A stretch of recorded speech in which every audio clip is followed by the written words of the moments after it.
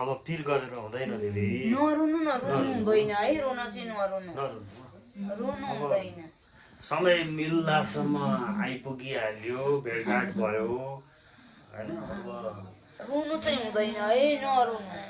छ नि यस्तो छ पहिलेदेखि नै थियो अब थाहा भएन बिस्तारो बढ्यो त्यही त यो पहिलेदेखि नै थियो यस्तो तात्या छ अनि दुखिया छ तात्या छ दुख्छ नरुनु अब त नरुनु दुखिया छ औषधि खान्छ त्यही औषधि दुखाइ कम हुने खाने हो अरू गर्नु भएन ल ल ल ल हामी एकछिनमा लाग्छौँ बिस्तारै